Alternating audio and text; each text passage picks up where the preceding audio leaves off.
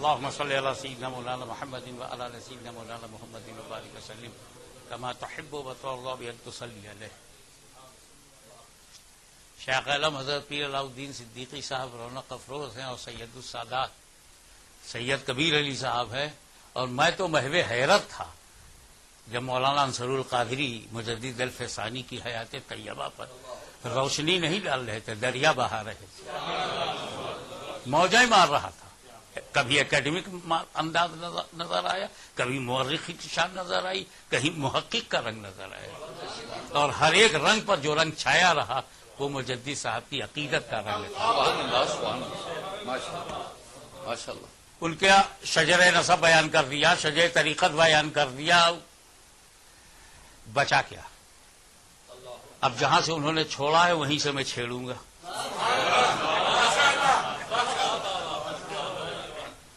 تین چار جملے بیک گراؤنڈ پہ. جب نبی نے چاہا کہ شوکت اسلام کا کوئی باعث بنے، پراؤڈ آف اسلام بنے، اسلام کا دبدبا قائم ہو، کافروں کا روب گھٹ جائے، طلسم ٹوٹ جائے، باطل کے قلعے مسمار ہو جائے، اسلام کی شان اور شوکت ابھر کر آئے، تو نبی نے کسے چنا؟ اسی کا نام تو فاروق اعظم ہے. میرے خلفائے راشدین لوگوں کے چنے ہوئے نہیں ہیں. اسی لیے جو لوگ چننے والے ہیں وہ چن چن کے عجیب عجیب باتیں کرتے ہیں. چن کر عجیب عجیب باتیں کرتے ہیں. تو فاروق اعظم کو نبی نے چنا. اور ایک ہی جملے میں کہہ دوں، اللہ کی پسند کا نام صدیق اکبر ہے اور رسول اللہ کی پسند کا نام فاروق اعظم ہے.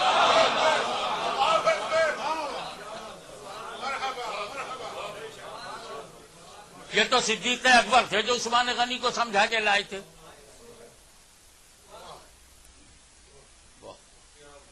اور حضرت علی تو آغوش نبوت میں شروع ہی سے تھے.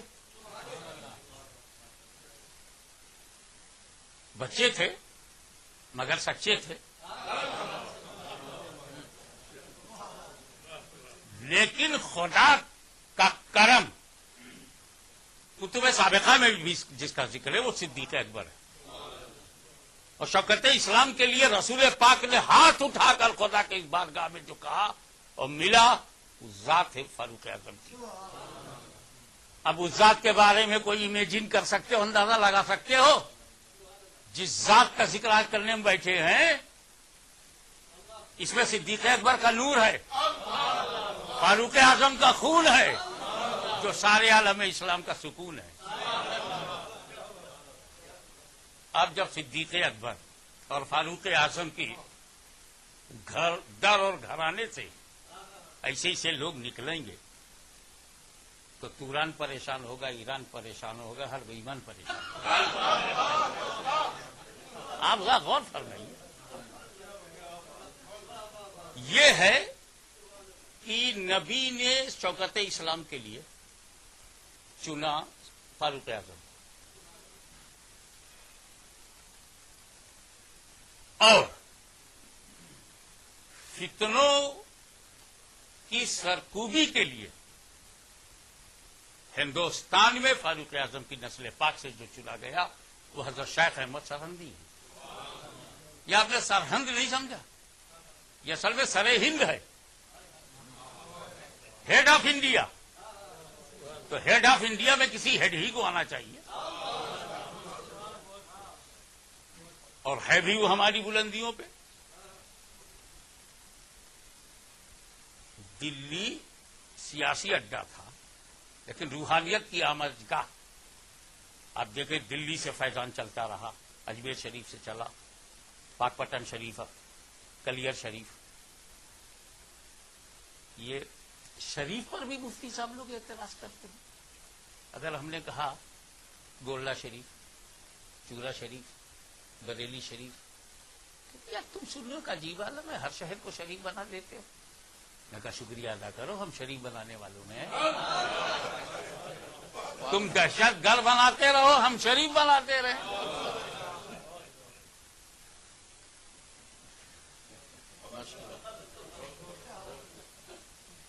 والد صاحب کے مرید ملے، میرے بغل میں وہی بیٹھا ہوا تھا ٹرین میں. ہاشمی میں یہ کون ہے؟ میں کہا یہ کمینہ ہے. لکھنؤ کی زبان میں بول گیا یہ کمینہ. وہ بگڑ گیا، حضرت آپ سید ہو کر کے عامیانہ الفاظ استعمال کرتے ہو. میں نے کمینہ کہا تم نے؟ میں نے کہا میں نے نہیں کہا، تم نے خود کہا ہے کہ دو ہی دنیا میں شریف ہیں، ایک مکہ شریف ایک مدینہ شریف، باقی تو کوئی شریف ہے ہی نہیں. ابھی تم مجھ سے بولے نا، مکہ شریف کہو مدینہ شریف کہو، باقی یہ بغداد شریف اجمیر شریف گولہ شریف کی چھوٹا شریف بریلی شریف یہ سب چھوڑو یار، یہ تم لوگوں نے بنا دیا. وہ اللہ نے اس کو شرافت بخشی اور اس کو نبی نے تو مکہ شریف مدینہ شریف دیٹس آل. یہ کہا ہے تم نے؟ کہا ہاں. تو میں نے کہا میں نے اسی لیے تم کو کمینہ کہا. ایک مکہ ہے ایک مدینہ، نہ تو مکہ ہے نہ مدینہ ہے یقیناً کر.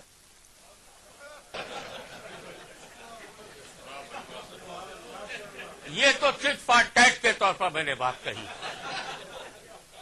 لیکن ہندوستان کی سرزمین پر وہ کون سا فتنہ تھا جس پر قلت وقت کی وجہ سے شاید علامہ انصر القادری کو موقع نہیں ملا. وہ دین الہی کا فتنہ، اور اسے بنانے والا اکبر، جس کے بارے میں خود اس کے پوتے کی رائے ہے اکبر اکبر نبود اکبر بود. اکبر نہیں تھا، بہت بڑا کافر تھا. اور اس کا مینیفیسٹو کیا تھا؟ Unity of religions. ہندو مسلم سکھ عیسائی جتنے مذہب ہیں، آریہ سناتن بودھ جین دھرم اسلام ہندوازم سکھ، ان سارے ریلیجینز کو ایک بنایا جائے، یونٹی آف ریلیجنس. ایک یہ منشور تھا. دوسرا ریسپیکٹ آف آل ریلیجنس، ہر مذہب والے دوسرے مذہب کا احترام کریں، ریسپیکٹ پے کریں تاکہ ٹینشن نہ ہو. اور آخری بات ایکسپٹینس آف آل ریلیجنس، تمام مذہب کو تسلیم کیا جائے. اتحاد مذاہب، احترام مذاہب اور تسلیم مذاہب. اور اس بنیاد پر اس نے کیبنٹ بنائی. جتنے لوگ تیار ہو سکتے تھے انہیں خریدا گیا اور اس نے اپنی ایک کیبنٹ بنائی. اس کیبنٹ میں راجپوت بھی، اس کیبنٹ میں ہندو بھی، اس کیبنٹ میں مسلمان سو کالڈ مسلم بھی، اور یہ مجددی صاحب کا فیضان کرم ہے کہ اس میں ریئل مسلم بھی نگرانی کے لیے بیٹھا ہوا ہے. یہ اکبر کا دین الہی تھا. مان سنگھ ٹوڈرمل ہو یا فضل فیضی ہو، یہ سب اس کی ترویج و اشاعت میں لگ گئے. اور اس نے کہاں سے لیا؟ اکبر کے گرگوں نے یہ نظریہ کہاں سے لیا؟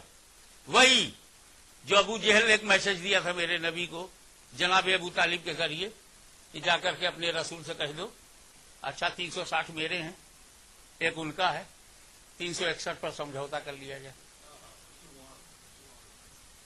تم رحمان کرتے ہو، چلو ایک رحمان کی بھی ہم پوجا شروع کر دیتے ہیں. یعنی یونٹی آف ریلیجن کا اس نے میسج بھیجا.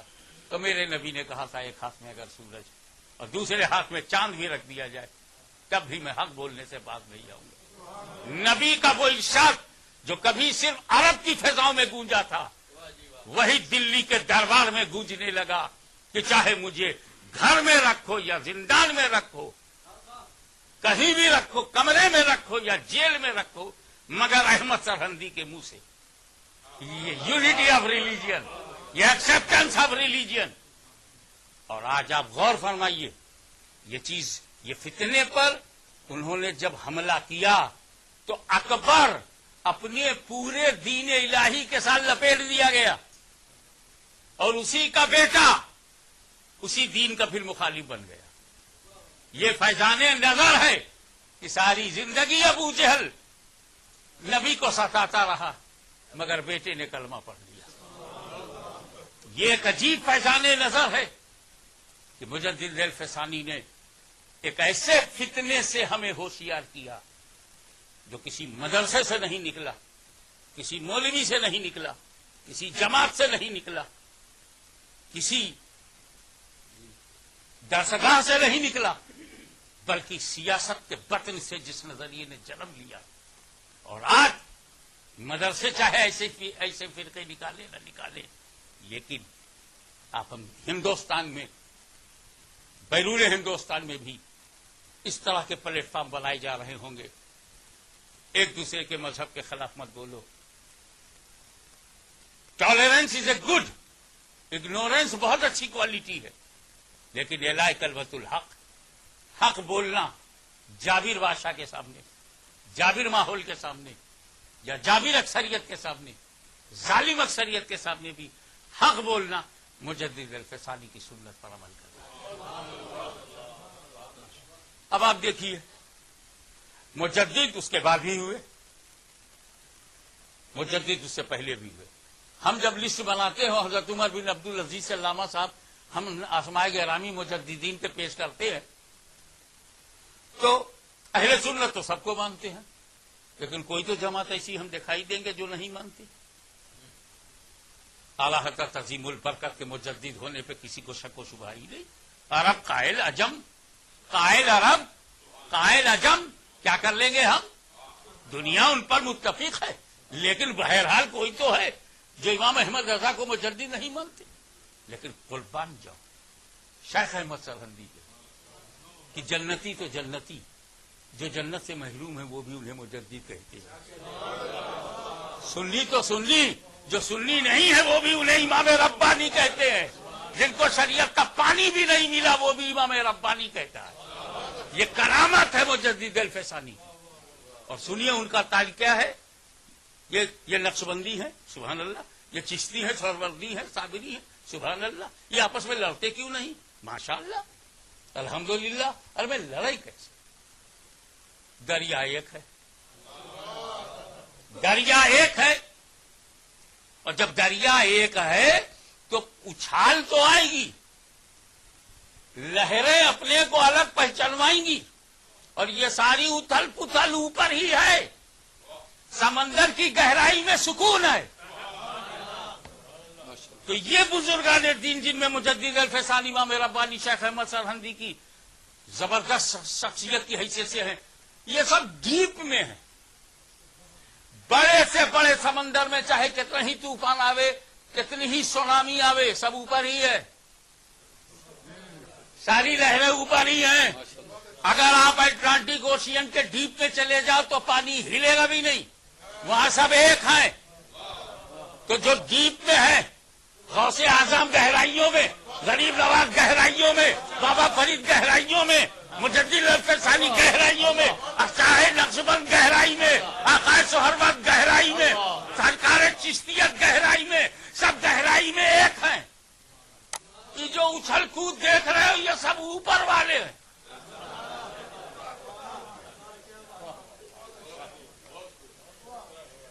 ورنہ بتائیے، میں نے ایک مثال دی تھی کہ فرض کرو کہ ایک شخص 10 بجے ایمان لائے 11 بجے انتقال کر جائے، صحابی ہوا، تو وہ عمل سے تو نہیں ہوا، نگاہ رسول سے ہوا. اتنی صرف مثال دی تھی 10 اور 11 کے بیچ والوں کی، کہ انہیں موقع نماز نہیں ملا، موقع صلاۃ نہیں ملا. یہ تھوڑی ملے گا کہ صحابی عمل نہیں کرتا. بعمل تو وہی ہیں، تقویٰ تو انہی سے سیکھا، انہی سے تو ہم نے سیکھا.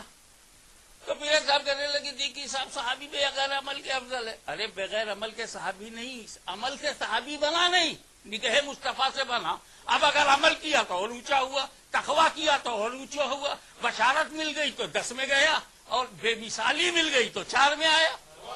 یہ درجات تو عمل ہی اور تقوی سے ہیں. لیکن میں یہ سمجھا رہا تھا، لیکن کچھ لوگ ہیں نا ضلالت کا نام ہی ہدایت رکھے بیٹھے. خدا کرے بات سمجھ میں آ گئی ہو. ضلالت کا نام ہی ہدایت رکھا ہے. لیکن یاد رکھیے، ہم سمجھ رہے ہیں فاروق اعظم کی نسل سے آپ کی نفرت کی وجہ میں معلوم ہے. فاروق اعظم نے ایران کو فتح کیا، آپ سے آگ کی پوجا چھڑوائی، آپ کی گالی کے جگہ اذان دلوایا. بہت قلق ہے. اور یہ یہ بہت قلق ہے. ہمیں کلمہ پڑھانے کا تو احسان مان لیتے، ورنہ زرتشتیت کے دلدل میں ابھی تک دبے رہتے. اب فاروق اعظم کی اولاد پاک میں مجدد الفسانی اور پورے ہمارے مشرقی اتر پردیش میں جونپور جو کبھی شیراز ہند تھا، یہاں تمام نسل فاروقیان کا احسان عظیم ہے. شمس بازغہ جن کی کتاب ایک سنگ میل کا درجہ رکھتی ہے، ملا محمود رحمت اللہ تعالی علیہ، وہ بھی فاروقی ہیں. حضرت ابو الغوث جنہوں نے مبارک پور، مئو، بھیڑا شریف میں اسلام و سنیت کا فروغ کیا، وہ بھی فاروقی ہیں. کہاں تک بچو گے فاروقیوں سے؟ اور پھر مجدد الفسانی میں تو صداقت کی روحانیت ہے اور عدالت کا خون ہے. اسی لیے کل شیطان فاروق اعظم کا نام سنے تو پتلی گلی سے نکل جائے. آج مجدد الفسانی کا نام لو تو یہ فرقہ آج بھی پتلی گلی سے نکل جاتا ہے. احقاق حق اور ابطال باطل کا جو شاندار کریکٹر پیش کیا ہے مجدد الفسانی امام ربانی نے، ارے جناب یہ نہ جانے کتنے شوستریوں کا جنازہ نکل گیا. یہ فیضان ہے مجدد الفسانی کا. ڈگمگاتا ہوا جہانگیر سنبھل گیا، یہ فیضان ہے مجدد الفسانی کا. نور جہاں نے دل جیت لیا مگر ایمان نہ جیت سکی، یہ فیضان ہے مجدد الفسانی کا. من جان دادام وہ لیکن ایمان نہ دادام.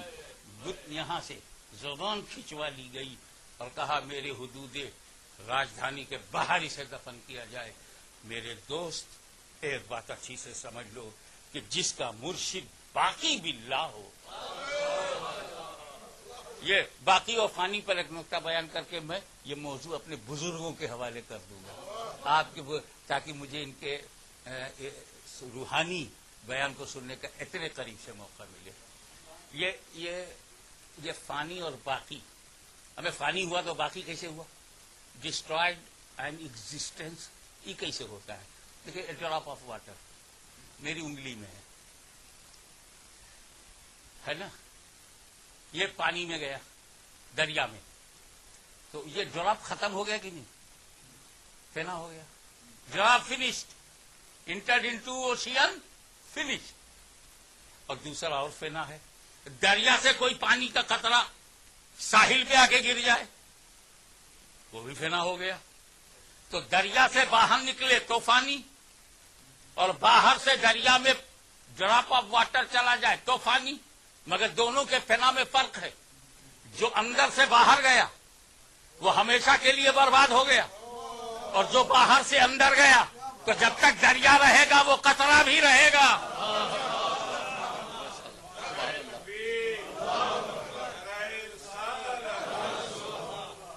تو جب فرد ہوتا ہے تو راہ فنا سے گزرتا ہے، لیکن جب پہلے معرفت میں گم ہو جاتا ہے تو جب تک سمندر رہے گا وہ قطرہ اسی کے اندر رہے گا. اب اس قطرے کو مٹانے کے لیے پورے سمندر کو مٹانا پڑے گا.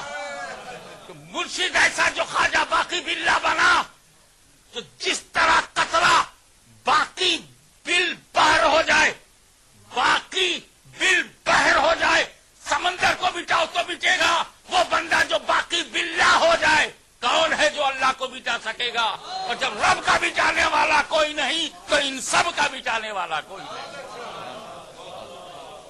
میں ان الفاظ میں امام ربانی مجدد الفسانی کا،